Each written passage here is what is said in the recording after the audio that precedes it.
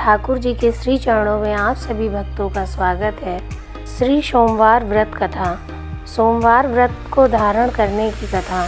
सोमवार का व्रत प्रायः चैत्र, बैसाख, श्रावण, मार्गशीर्ष, कार्तिक मास से प्रारंभ किया जाता है। साधारणतः श्रावण मास के सोमवार से व्रत का विशेष प्रचलन है।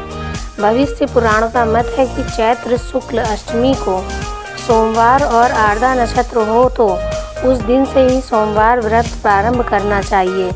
व्रत करने वाले स्त्री पुरुष को चाहिए कि सोमवार को प्रातःकाल काले तिल का तेल लगाकर स्नान कर विधि पूर्वक पार्वती शिव का पूजन करें। शिव जी का ओम नमः शिवाय से उमा का षोडशोपचार पूजन करें। फिर किसी बाग बगीचे में जाकर या घर पर ही एक समय भोजन करें। इस प्रकार से सोमवार के व्रत को 14 वर्ष अथवा 1 से 3 वर्ष तक शक्ति अनुसार करके फिर उद्यापन करें।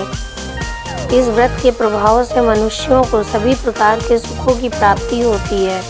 ग्रहण आदि में जप, हवन, उपासना, दान आदि सत्कार करने से जो फल मिलता है वही सोमवार व्रत करने से मिलता है।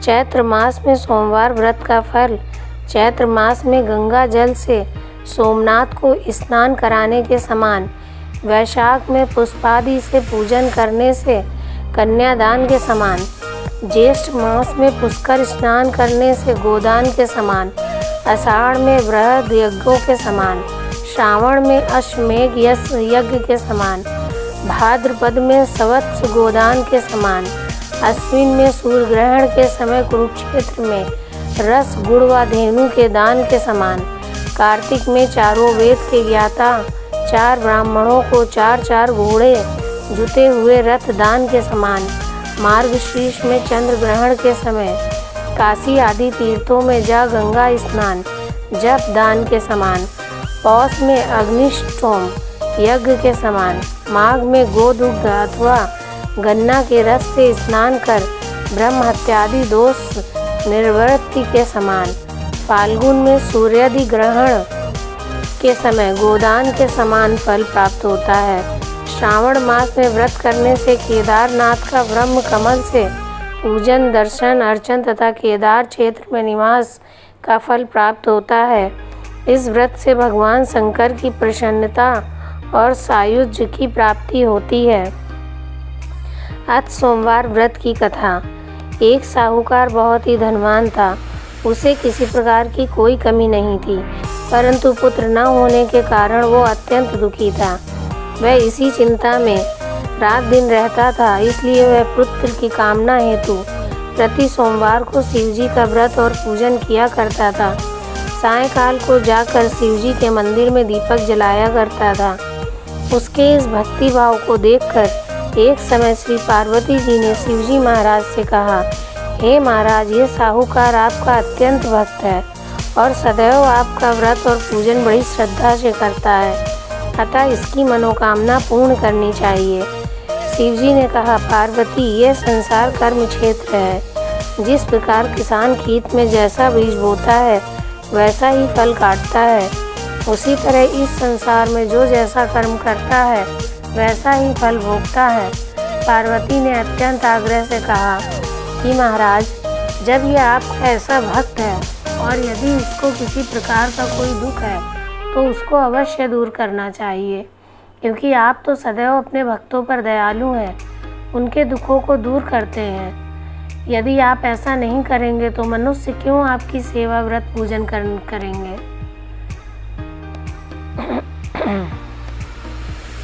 यदि आप ऐसा नहीं करेंगे तो मनुष्य क्यों आपकी सेवा व्रत पूजन करेंगे। पार्वती जी का ऐसा आग्रह देख शिवजी महाराज प्रसन्न हो कहने लगे, हे पार्वती, इसके कोई पुत्र नहीं है। इसी पुत्र चिंता से अति दुखी रहता है। इसके भाग में पुत्र न होने पर भी मैं इसको पुत्र की प्राप्ति का वर देता हूँ, परंतु वह पुत्र केवल 12 वर्ष तक ही जीवित रहेगा। इसके पश्चात वह मृत्यु को प्राप्त होगा। इससे अधिक मैं कुछ और इसके लिए नहीं कर सकता हूँ। यह सब साहूकार सुन रहा था। इससे उसको ना ही कुछ प्रसन्नता हुई और ना ही कुछ दुख हुआ।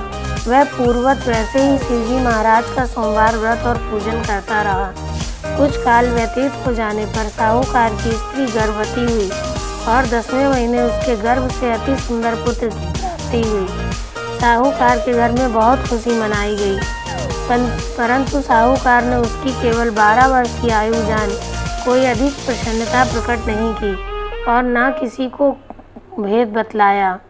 जब पुत्र 11 वर्ष का हो गया तो उस बालक की माता ने उसके पिता से उसके विवाह के लिए कहा, परंतु साहूकार कहने लगा, मैं अभी इसका विवाह नहीं करूँगा और काशी जी पढ़ने के लिए भेजूँगा।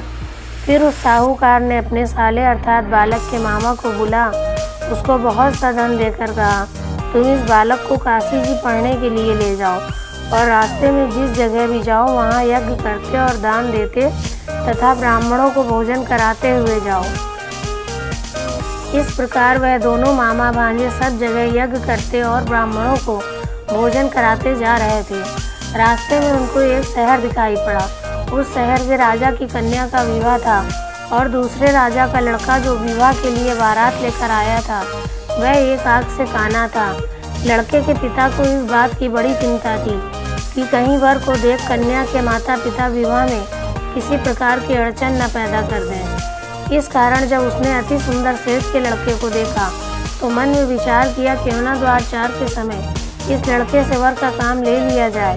ऐसा विचार कर राजा ने उस लड़के और उसके मामा से भी कहा तो वो राजी हो गए और साहूकार के लड़के को स्नान आदि करा, वर के कपड़े व आभूषण पहना घोड़े पर चढ़ा दरवाजे पर ले गए और बड़ी शांति से सब कार्य हो गया। अब वर के पिता ने सोचा कि यदि विवाह कार्य भी इसी लड़के से करा दिया जाए तो क्या बुराई है। ऐसा विचार कर उसके मामा ने कहा, यदि आप फेरों और कन्यादान का काम भी करा दें तो आपकी बड़ी कृपा होगी और हम इसके बदले में आपको बहुत धन देंगे। उन्होंने यह भी स्वीकार कर लिया और विवाह कार्य बहुत अच्छी तरह से हो गया। परंतु जिस समय लड़का जाने लगा तो उसने राजकुमारी की चुनरी के पल्ले पर लिख दिया कि तेरा विवाह तो मेरे साथ हुआ है, परंतु जिस राजकुमार के साथ तुमको विदा करेंगे वह एक आँख से काना है और मैं तो काशी जी पढ़ने जा रहा हूँ। उस राजकुमारी ने जब अपनी चुनरी पर ऐसा लिखा हुआ पाया तो उसने राजकुमार के साथ जाने से इनकार कर दिया और कहा, ये मेरा पति नहीं है, मेरा विवाह इसके साथ नहीं हुआ है, वह तो काशी जी पढ़ने गया है। राजकुमारी के माता पिता ने अपनी कन्या को विदा नहीं किया और बारात वापस चली गई। उधर सेठ का लड़का और उसके मामा काशी जी पहुंच गए। वहां जाकर उन्होंने यज्ञ करना और लड़के ने पढ़ना शुरू कर दिया। जब लड़के की आयु 12 साल की हो गई तब एक दिन उन्होंने यज्ञ रच रखा था कि उस लड़के ने अपने मामा से कहा, मामा जी आज मेरी तबीयत कुछ ठीक नहीं है। मामा ने कहा कि अंदर जाकर सो जाओ। लड़का अंदर जाकर सो गया और थोड़ी देर में उसके प्राण निकल गए। जब उसके मामा ने आकर देखा कि वह मर गया है तो उसको बड़ा दुख हुआ। उसने सोचा कि मैं अभी रोना पीटना मचा दूंगा तो यज्ञ का कार्य अधूरा रह जाएगा। अतः उसने जल्दी से यज्ञ का कार्य समाप्त कर ब्राह्मणों के घर जाने के बाद रोना पीटना आरंभ कर दिया। संयोगवश उस समय शिवजी महाराज और पार्वती जी उधर से जा रहे थे। जब उन्होंने जोर जोर से रोने पीटने की आवाज़ सुनी तो पार्वती जी को आग्रह करके उसके पास ले गईं और उस सुंदर बालक को मरा हुआ देख कहने लगी कि महाराज यह तो उसी सेठ का लड़का है जो कि आपके वरदान से पैदा हुआ था। शिवजी ने कहा कि पार्वती जी इसकी आयु इतनी ही थी सो भोग चुका। पार्वती जी ने कहा कि महाराज कृपा करके इस बालक को और आयु दो, नहीं तो इसके माता पिता तड़प तड़प कर मर जाएंगे। पार्वती जी के इस प्रकार बार बार आग्रह करने पर शिव जी ने उनको वरदान दिया। शिवजी महाराज की कृपा से लड़का जीवित हो गया। शिव पार्वती कैलाश चले गए। तब वह लड़का और उसके मामा उसी प्रकार यज्ञ करते हुए अपने घर की ओर चल पड़े और रास्ते में उसी शहर में आए जहाँ पर उस लड़के का विवाह हुआ था। वहाँ पर आकर जब उन्होंने यज्ञ आरंभ कर दिया तो उस लड़के के ससुर ने उसको पहचान लिया और अपने महल में लाकर उसकी बड़ी खातिर की। साथ ही बहुत सारा धन और दासियों के सहित बड़े आदर और सत्कार के साथ अपनी बेटी और जमाई को विदा किया। जब वे अपने शहर के निकट आए तो उसके मामा ने कहा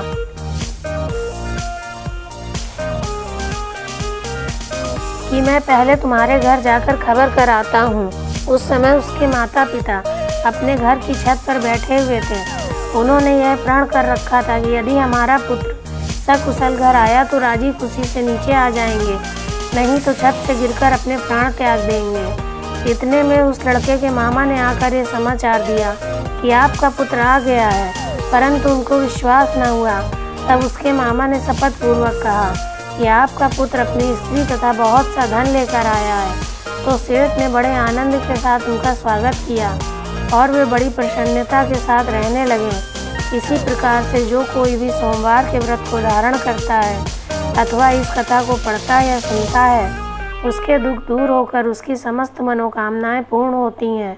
वह इस लोक में नाना प्रकार के सुख भोग कर अंत में सदाशिव के लोक को प्राप्त होता है।